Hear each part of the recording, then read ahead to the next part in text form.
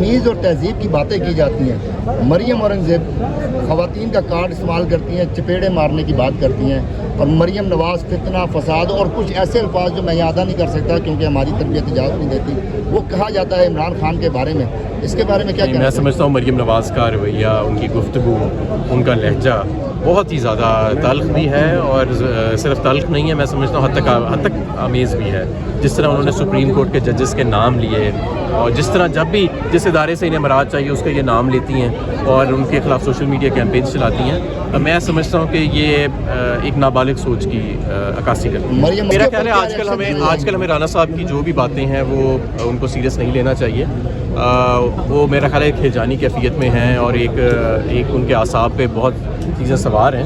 چند دن ان کو آرام کرنے کا موقع دیں, سو لیں, اور یہ تمام جو کارروائی ہو رہی ہے آج کل, اور یہ جو تمام جو معاملات چل رہے ہیں جس طرح سے جمہوریت اور آئین کی طرف, یہ ذرا ابزارب کر لیں. اس کے بعد اب ان سے بات کریں تو شاید وہ صحیح جواب دیں. شروع ہو جاتی ہیں کہ اس کو فالو کیا جائے گا یا نہیں, اور جمہوریت جو ہے اس کو بھی کسی چند لوگوں کے مفادات کے لیے منجمد کرنے کی کوشش ہو رہی تھی. تو ایک بڑا کلیئر کٹ فیصلے کی ضرورت تھی جو آج الحمدللہ آ گئی. سر آگے کوئی تصادم کی صورتحال دیکھ رہے ہیں آپ؟ بالکل میں نہیں سمجھتا. دیکھیں, آج میں سارے تمام سیاسی جماعتوں کو دعوت بھی دینا چاہتا ہوں کہ یہ جو انتخابی عمل ہوتا ہے, ہاں جی, تو اس میں دیکھیں اللہ تعالیٰ کا اور عوام کا فیصلہ ہے, لیکن جب ہم اس انتخابی عمل میں سیاسی جماعتیں شامل ہوں گی اور دوسروں کی طرف دیکھنا بند کر دیں گی کہ وہ ہمیں چور دروازے کے ذریعے مسلط کر دیں, اور ہم انتخابی عمل کو اوائڈ کریں, تو پھر ظاہر ہے کہ اس ملک میں جمہوری ٹریڈیشن اور روایات جو ہیں وہ تو نہیں پنپ سکیں گی.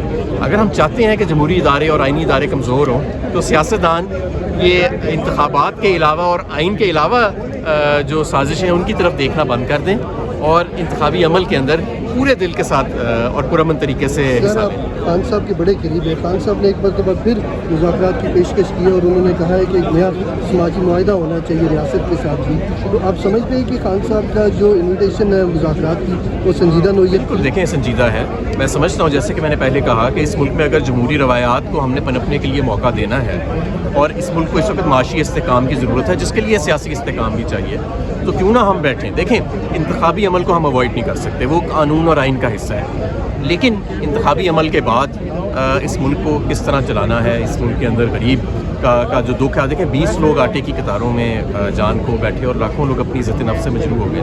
یہ تو نہیں ہونا چاہیے. یہ تو پھر ایک طرح سے ایک سیاسی جماعت کی بھی ناکامی ہے نا, کہ اتنے سالوں کے بعد ایک ویٹ پروڈیوسنگ ملک کے اندر اگر لوگ آٹے کی لائنوں کے اندر مار رہے ہیں, تو ہمیں بالکل, میں عمران خان صاحب کی بات کو سنجیدہ سمجھتا ہوں, اور ہمیں اسی طرف آگے بڑھنا پڑے گا. پنجاب میں اگر پی ٹی آئی کی حکومت بنتی ہے تو انتقامی کارروائیوں کی طرف جائے گی پی ٹی آئی؟ نہیں, ہم تو جو کرتے ہیں ہم قانون اور آئین کے مطابق ہی کریں گے, لیکن یہ ضرور ہے کہ اگر کسی نے آئین شکنی کی ہے, قانون شکنی کی ہے, پولیس کوڈ کی وائلیشن کی ہے, تو قانون اور آئین کے مطابق ہم اس کے ساتھ ڈیل کریں گے, اس کو پروسیکیوٹ ہم ضرور کریں گے. اس وقت میں جتنی بھی آئین شکنیاں ہوئی ہیں, اس کا جو ہے ریونج جسے کہہ لیں یا قانونی طریقے سے, جی, ہمیں اس کو بعد میں پروسیڈ کریں گے؟ بالکل ہم پروسیڈ کریں گے, اور آئین اور قانون کے مطابق کریں گے. یہ نہیں کہ ہمارا دل چاہتا ہے کسی سے انتقام لینے کا, یا ہمیں کوئی تسکین ملتی ہے. جس طرح میں سمجھتا ہوں ابھی چند لوگ سسٹم میں ہیں جن کو دوسرے پہ تشدد کر کے یا بدلہ لے کے ان کو شاید جسمانی تسکین یا روحانی تسکین ملتی ہے. ایسی ہماری بات چیز نہیں ہے, لیکن بہت ہو گیا. اب آئین اور قانون کے مطابق ہمیں پروسیڈ کرنا پڑے گا ان لوگوں کے خلاف جنہوں نے آئین شکنی کی ہے.